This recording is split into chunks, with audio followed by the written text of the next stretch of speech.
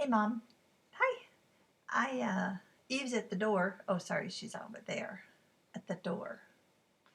And I decided we're going to start reading Gates of Zion. We're on chapter 15. Actually, we're farther than I thought. We're reading the Haganah. Okay, everyone's at war, remember? Well, pretty much. Moshe paced the length of the old man's office, glancing from time to time at the white head that was bowed over a stack of photographs. "And you think this girl is trustworthy?" Ben Gurion asked, at last. "Beyond a doubt," Moshe said without hesitation. "An American journalist as a member of the Haganah would be helpful, to say the least." He took the glasses from his nose and rubbed his hand across his eyes. "Then approach her, cautiously, but do speak with her. There is only one way in the world will hear our voice, and that is if someone else shouts our cause." He thumped the photographs. "I see your friend Ibrahim Hassan was a part of the riot. You are surprised? Perhaps we should take you out of Jerusalem for a while. Another assignment? How would you feel about a few weeks' travel in Europe? Arms procurement." I think that means guns. "Leave the travel to Ariz.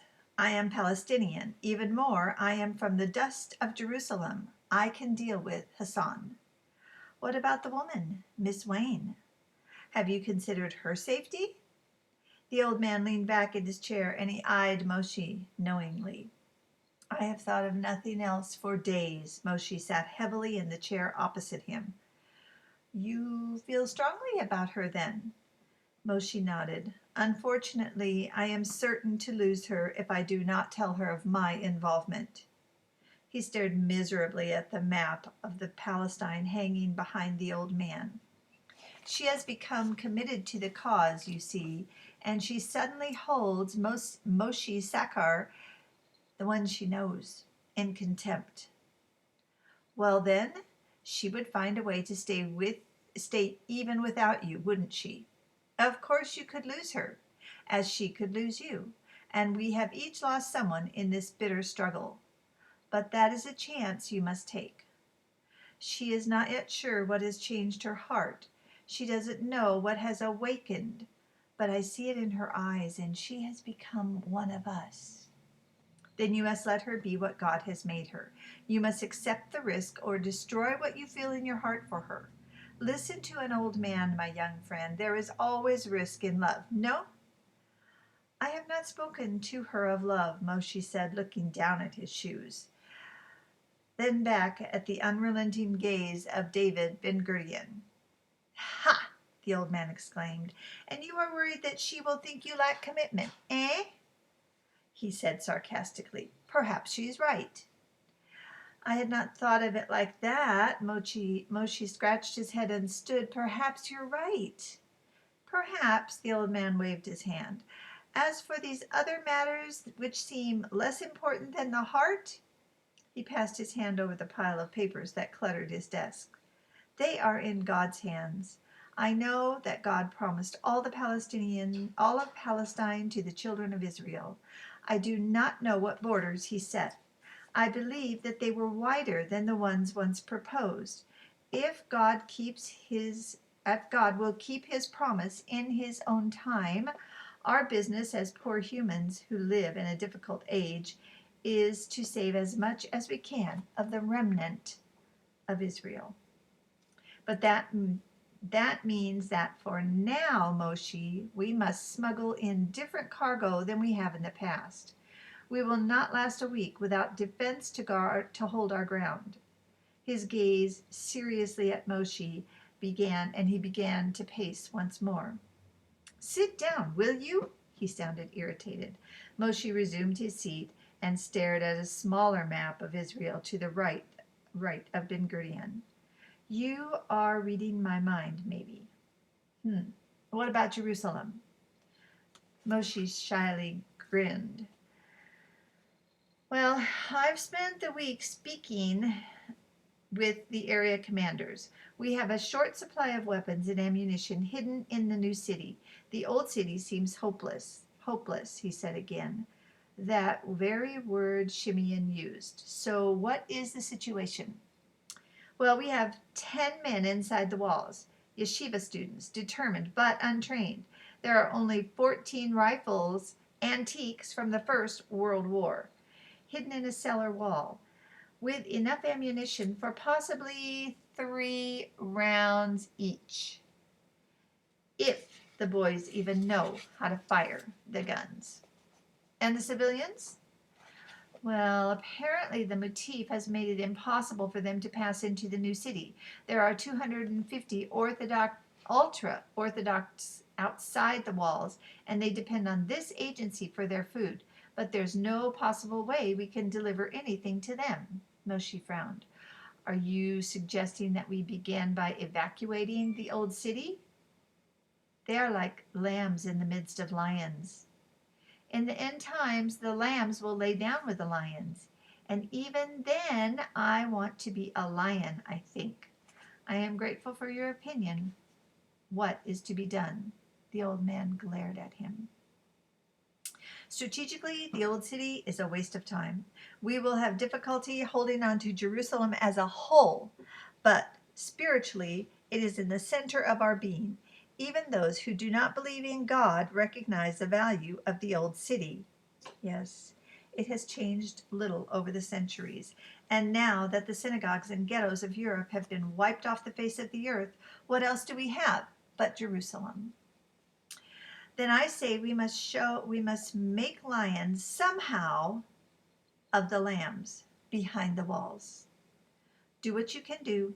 Talk to the British High Command before that vulture, Akiva, strikes another sort of bargaining with the motif.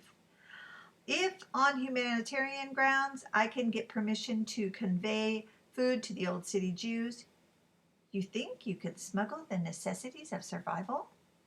Well, it is certain that Ariza and the others must transport the weapons we need into Palestine first. But once we get them to the new city, I can find a way to mix bullets and beans. And I believe that we must try to save the old city for the sake of our spirit. It is certain, the old man said with an air of finality, that the eyes of the world are focused on the faithful city. And Moshe, he tapped the photographs. Your friend, Miss Warren, may well capture the image that they see. Moshe bit his lip thoughtfully, realizing the danger that she would be placed in if she recorded the struggle. He wondered once again if he could ask her. That square mile of earth and the Wailing Wall are what we have left after Titus destroyed everything 2,000 years ago. How can we lose a fight without a gun? How can we lose the Wailing Wall, without a fight? Good, the old man nodded. I am glad you do not agree with Shimeon. And now, about the scrolls of yours. Are you asking Moshe the archaeologist, or Moshe the Jew, or Moshe the Zionist? He laughed. Ha! All three. I believe that they too may be the last remnant of Judaism of 2,000 years ago. Ben Gurion drew an astonished breath. You believe they date before the Diaspora? Incredible. If that is so, and I must say if, their discovery at this time in history when our people return from the four corners of the earth is significant. Somehow I cannot but believe that these ancient fragile writings may be as important as the old city itself. They, like us, have been hidden from our legacy for these 2,000 years, and today, when we need most hope, God has reminded us of his ancient promises. This is Moshe, the Jew speaking. The old man smiled strangely as he looked at the photographs of the scroll. And what does the Zionist say? We will know shortly if Professor Monnier, my belief about the authenticity is correct. If it is, then we have on our side a powerful weapon. We have the Word of God, and there are some who will listen. We should not let the world know what has been found. Oh, I'm sorry. We should let the world know what has been found. The old man straightened the stack and handed it back to Moshe. We need everyone we could muster on our side right now, my friend, especially God. No? Moshe leafed through the pages once again, skimming the words of Israel, as well as his friends. Does Professor Monnier share your enthusiasm over the significance of the scroll? It was he who first mentioned it to me last night. He lived in Jerusalem for 28 years. He is a Christian, but also a Jew at heart. He is a good man, at any rate. The old man looked at his watch. You have a plane to catch. A ship to catch tomorrow night, I believe. My back is killing me, Mom. This chair is ghastly. Okay. Ship to catch tomorrow night. Moshe nodded and he rose and he shook his hand. Shalom. The shalom to the hairy and shalom to that hairy ape Ehud. Remember, Mom, Ehud was the captain of the boat that they tried to smuggle. Moshe left the office, filing through the crush of men and women waiting to see Ben-Gurion. If there is truly to be a nation of Israel, Moshe thought, this will surely be its prime minister. The old man's door was never closed, nor was his heart.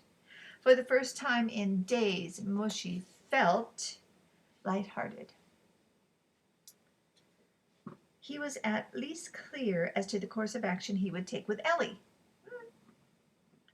Once she knew the truth about him, he felt sure she would tell the American flyer goodbye. As he approached the makeshift landing strip next to the Monastery of the Cross, he saw David and the other Haganah pilots. Michael was peering at the engine of the little blue Piper Cub. I'm a fighter pilot, he heard David exclaim. Not some kind of a pansy chauffeur for an archaeologist, you know. When do we start training pilots anyway, Michael? As soon as we get the planes. This is David. This and 12 others like it. Hi, honey. I'm reading to my mom. Okay. You can say hi if you want. Hi. That's David.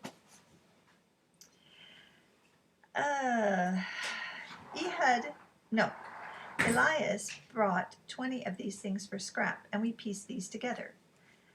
David rattled something in the engine. Good grief, he said in disgust. We can't fly these tin cans over the Arab legions and drop rockets on their heads.